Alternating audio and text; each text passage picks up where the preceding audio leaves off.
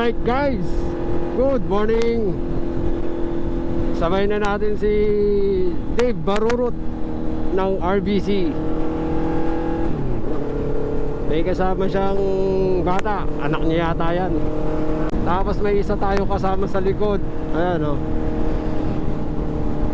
parang Z900 o ZH2. Skyway na kami para hindi hassle tayo sa biyahe. Kanina kasi sabi niya sa PM, habang nag-aantay ako dun sa Bay Area, mag-e-EDSA na lang daw kami. Pero nagbago na naman. Z900 yung dala ni sir. Off ko muna yung cam, malayo pa tayo. Ang stopover namin na ito sa Caltex Mamplasan. Nandun yung ibang mga kasama natin. Alright, tagal natin nag-antay doon kanina sa sa Bay Area. Buti na lang nagpalit ako ng smoke lens ng helmet natin, kasi maaraw, tirik ang araw oh. Kaya ano rin to, protection sa init ng araw, hindi masyadong nakakasilaw. Bago natin mabili to si Tanggol, itong CB650R, dalawang pinagpipilian ko eh. Yung nasa harap ko, yung sinusundan natin, naka Z900 Special Edition. Pinagpipilian ko yung dalawang yan bago ko ito makuha. Nag-decide ako kay CB650 na ako mapupunta, or mabibili ko, choice kong bilhin na motor, itong CB650.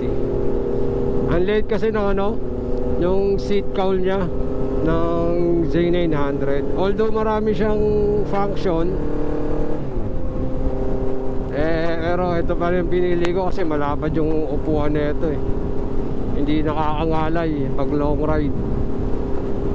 Yang nagwagi si Tanggol, nadaanan natin yung mobile patrol dyan no? Namumulot ng mga basura, nakakahiya. Pero yun eh, nasa loob ka ng sasakyan, magtatapong ka ng kakaberanggot na basura. Pwede mo naman ilagay sa sasakyan mo yan, saka mo na itapon pagdating mo kung saan ka pupunta. Ilagay mo sa plastic. Pero mo nga naman ihinto lang sila ang patrol para pulutin yung dumi ng may dumi. Pasensya na, napansin ko lang kanina.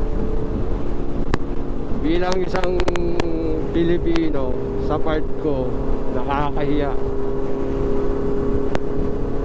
Kung ibang lahi pa makakita nun, di ba? Wala lang, na-share ko lang. Kailangan lang naman natin dito sa atin disiplina eh. Pag may disiplina ka sa sarili mo, gawin na natin, di ba? For example, sa traffic,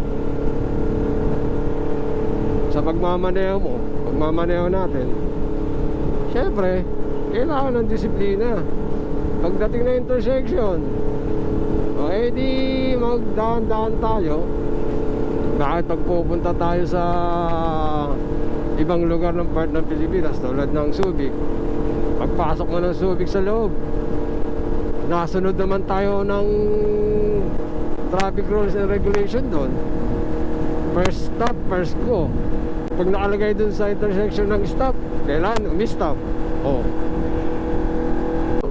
Bakit dito sa ibang lugar sa Pilipinas hindi kayang gawin? Kasi hanggat makakalusot, lulusot. Yun ang mahirap doon. Bumabakbak na si Dave Barurut.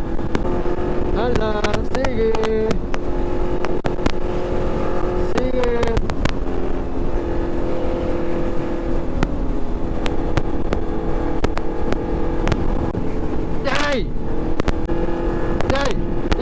May hams sa expressway. Ay!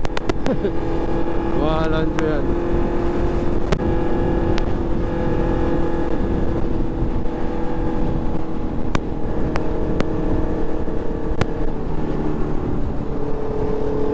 Boss Dave Barurot.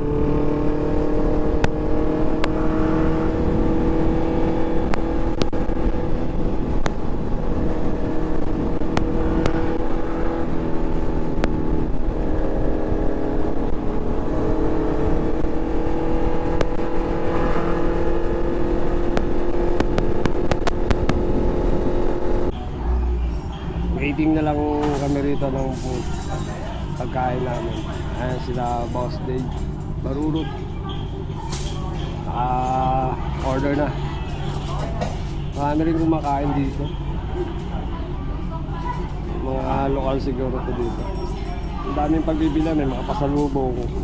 Ayan. Mani. Mani ba to? Mani. Mani ba yan? Mani. Mani nga.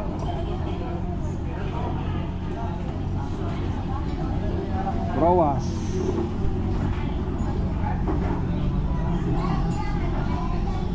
Tapos suka. Ano? Salubong. Kaya siguro ito mga toppings.